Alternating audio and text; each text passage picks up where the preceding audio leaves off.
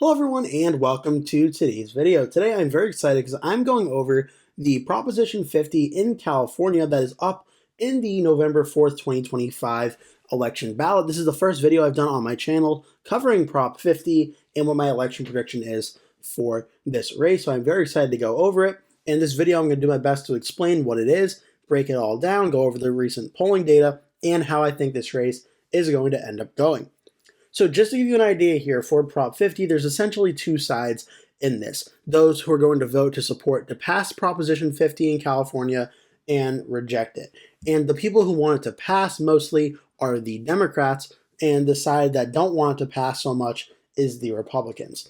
Now, what Proposition 50 is for California is known as the Election Rigging Response Act, which is a constitutional amendment that is appearing as a special election on the ballot in the state of California on November 4th.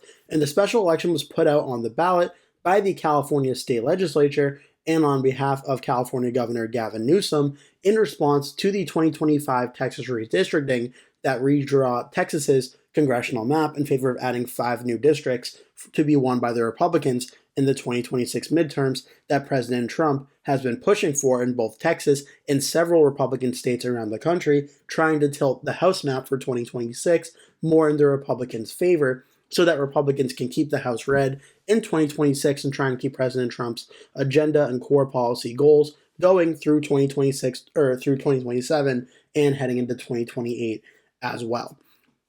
What this proposition will do, if passed, it will allow the state to use a new legislature-drawn congressional district map for the 2026, 2028, and 2030 elections instead of the one that's drawn by the bipartisan California Citizens Redistricting Commission. So that is a nonpartisan redistricting commission that drew the California House map.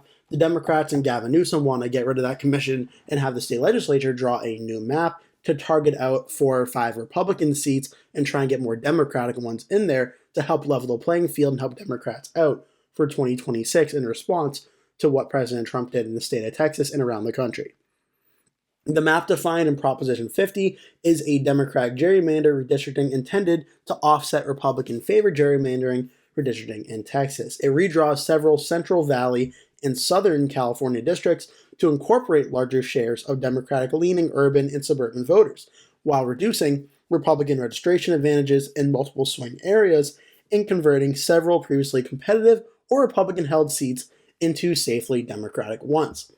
Now, for this channel, if you're a new viewer, obviously you won't know this, but if you're a longtime viewer, such as before the 2024 election, you'll remember I covered the state of California a lot in the few days and weeks after the 2024 election, because California had a few very close House races that were left uncalled for a few days as more of the votes came in. You may remember down here in California 45, it only voted for the Democrat Derek Tran over the Republican Michelle Steele by 0.2%. California 13, Adam Gray, the Democrat, defeated the Republican incumbent John Duarte by 0.089%, literally just a few handful of votes. So 2 very close races there that flipped blue. And then California 41, McKinney Calvert, only voted about 3.4% for the Republicans in that district, and some close districts in California 49 and 47 as well. So what this Proposition 50 is going to do is it's going to, if passed, the Democratic state legislature will pass a new map, and essentially what it's going to do is make some of these Republican districts pretty much automatic Democratic flips, while at the same time also shore up a lot of districts that are very close and pretty much cement some of them for the Democrats as well. Which is why you're seeing a lot of Democrats so adamantly be in favor of this, while so many Republicans are against it.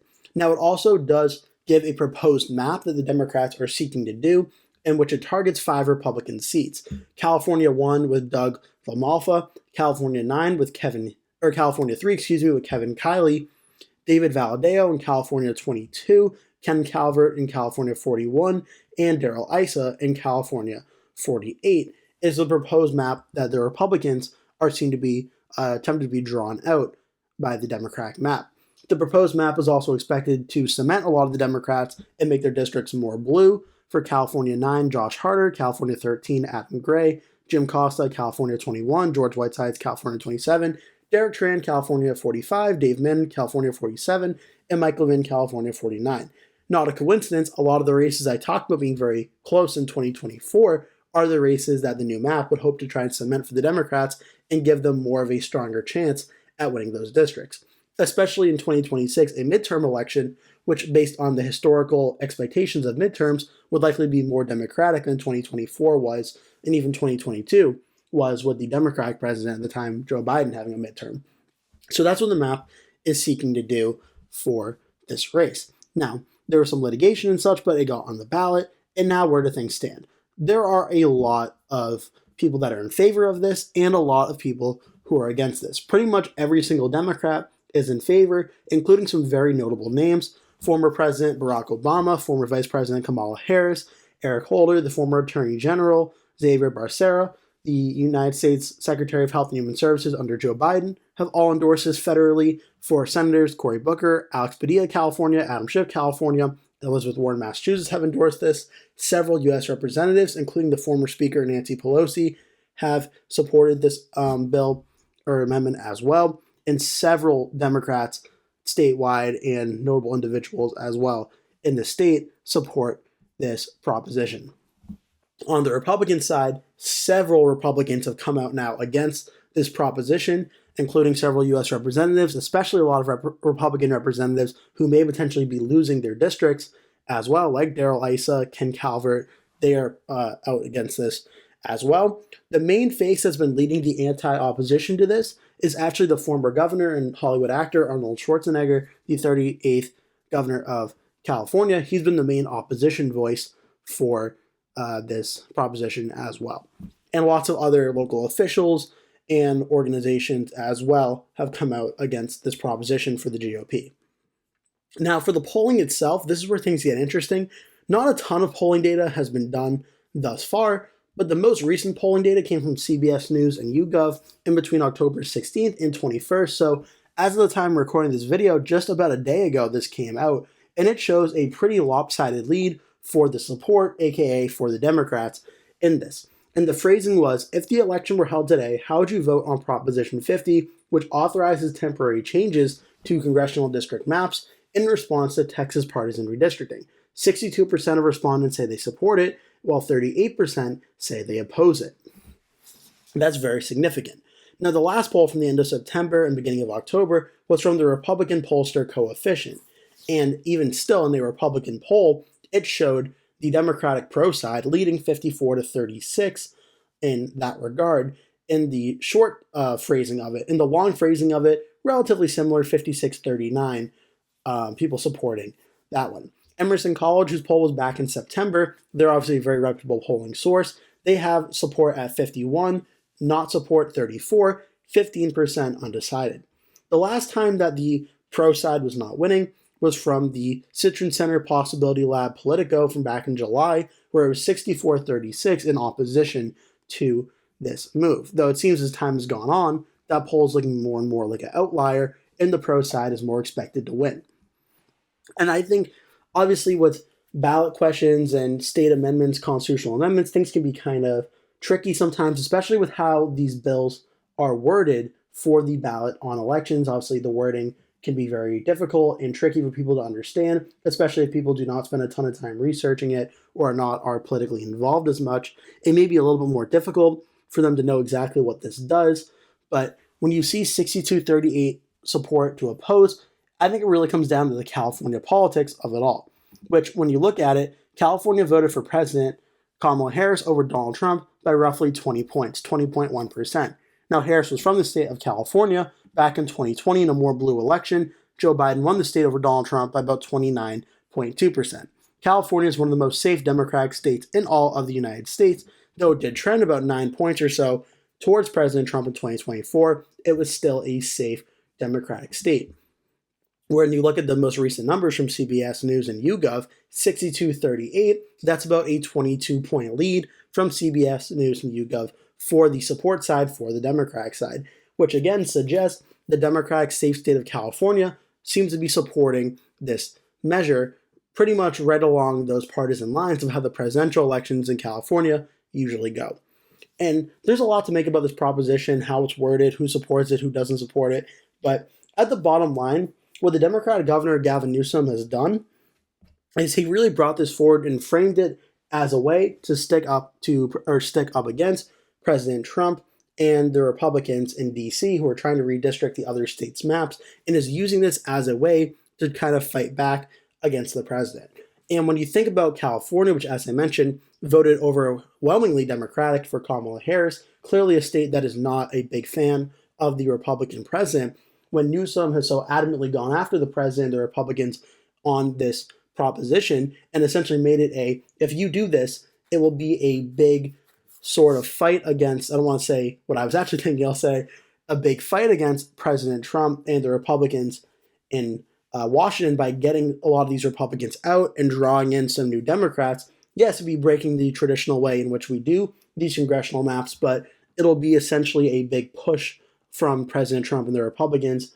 This is a way that Democratic voters and a lot of independent voters in California are hearing this. They like it. They like fighting against the president and the national Republicans. And that's why this proposition today seems so overwhelmingly supported by a majority of the California voters in this election. Now, also will be interesting to watch for is the overall number of votes, the voter turnout. This election is obviously not going to be a presidential race, but back in 2021, this is also what's interesting is that in 2025, you have the governor's races in Virginia and New Jersey, those races going on, the mayoral race in New York City. But a lot of people may forget, back in 2021, there was also a California race that was on the ballot, and that was the recall election against Gavin Newsom, where voters in California, well, Republican voters especially, were trying very hard to recall the governor and essentially get him out of office. And what ultimately happened was it became more of a nationalized race of Democrats versus Republicans, and Gavin Newsom ended up winning by 23.7% in a very safe margin. So now in 2025, with Proposition 50, it's going to be essentially another type of election in the off-year presidential election right after, where it's going to be essentially Gavin Newsom and the Democrats versus the Republicans in this race. The Republicans are fighting to keep those races in those close districts Republican, while the Democrats are fighting to help out the Democrats flip these races blue and give them a more competitive advantage in California for the 2026 midterms. And thus far, the polling data shows there's not really a lot of leeway. The Democrats are breaking 50% in every single poll except for about 2, and that the Democrats are on their way for Proposition 50 passing. So to make a prediction in this race, I think we're going to see the Democratic side win, which is the voting to pass Proposition 50 instead of the GOP's rejecting Proposition 50.